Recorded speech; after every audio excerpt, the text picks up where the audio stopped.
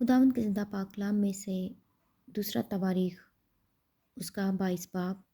یہودا کا بادشاہ اخزیہ اور یروشلم کے باشندوں نے اس کے سب سے چھوٹے بیٹے اخزیہ کو اس کی جگہ بادشاہ بنایا، کیونکہ لوگوں کے اس جتھے نے جو عربوں کے ساتھ چھاؤنی میں آیا تھا سب بڑے بیٹوں کو قتل کر دیا تھا۔ سو شاہ یہودا یہورام کا بیٹا اخزیہ بادشاہ ہوا۔ اخزیہ 42 برس کا تھا جب وہ سلطنت کرنے لگا، اور اس نے یروشلم میں 1 برس سلطنت کی۔ اس کی ماں کا نام عتلیہ تھا جو عمری کی بیٹی تھی۔ وہ بھی اخیب کے خاندان کی راہ پر چلا، کیونکہ اس کی ماں اس کو بدی کی مشورت دیتی تھی، اور اس نے خداوند کی نظر میں بدی کی جیسا اخیب کے خاندان نے کیا تھا، کیونکہ اس کے باپ کے مرنے کے بعد وہی اس کے مشیر تھے، جس سے اس کی بربادی ہوئی، اور اس نے ان کے مشورہ پر عمل بھی کیا۔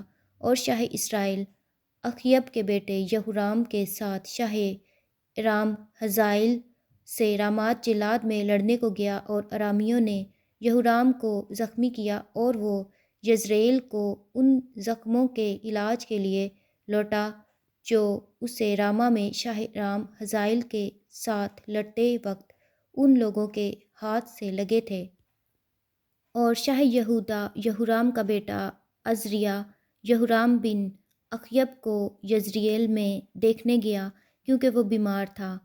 اور اخزیہ کی ہلاکت خدا کی طرف سے یوں ہوئی کہ وہ یہورام کے پاس گیا، کیونکہ جب وہ پہنچا تو یہورام کے ساتھ یاہو بن نمسی سے لڑنے کو گیا، جسے خداوند نے اخیب کے خاندان کو کاٹ ڈالنے کے لیے مسح کیا تھا۔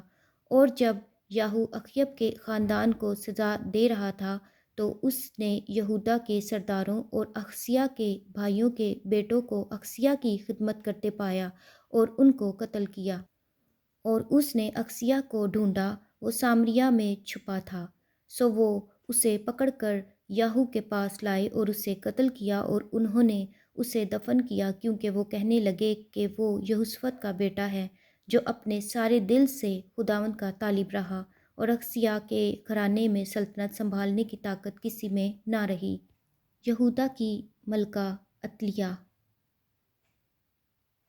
جب اخزیہ کی ماں عتلیہ نے دیکھا کہ اس کا بیٹا مر گیا تو اس نے اٹھ کر یہودا کے گھرانے کی ساری شاہی نسل کو نابود کر دیا، لیکن بادشاہ کی بیٹی یہوشبت اخزیہ کے بیٹے یواس کو بادشاہ کے بیٹوں کے بیچ سے جو قتل کیے گئے چرا لے گئی، اور اسے اور اس کی دائیا کو بستروں کی کوٹری میں رکھا۔ سو یہورام بادشاہ کی بیٹی یہویدا کاہن کی بیوی یہوشبت نے، چونکہ وہ اخزیہ کی بہن تھی، اسے عتلیہ سے ایسا چھپایا کہ وہ اسے قتل کرنے نہ پائی، اور وہ ان کے پاس خدا کی ہیکل میں 6 برس تک چھپا رہا، اور عتلیہ ملک پر حکومت کرتی رہی۔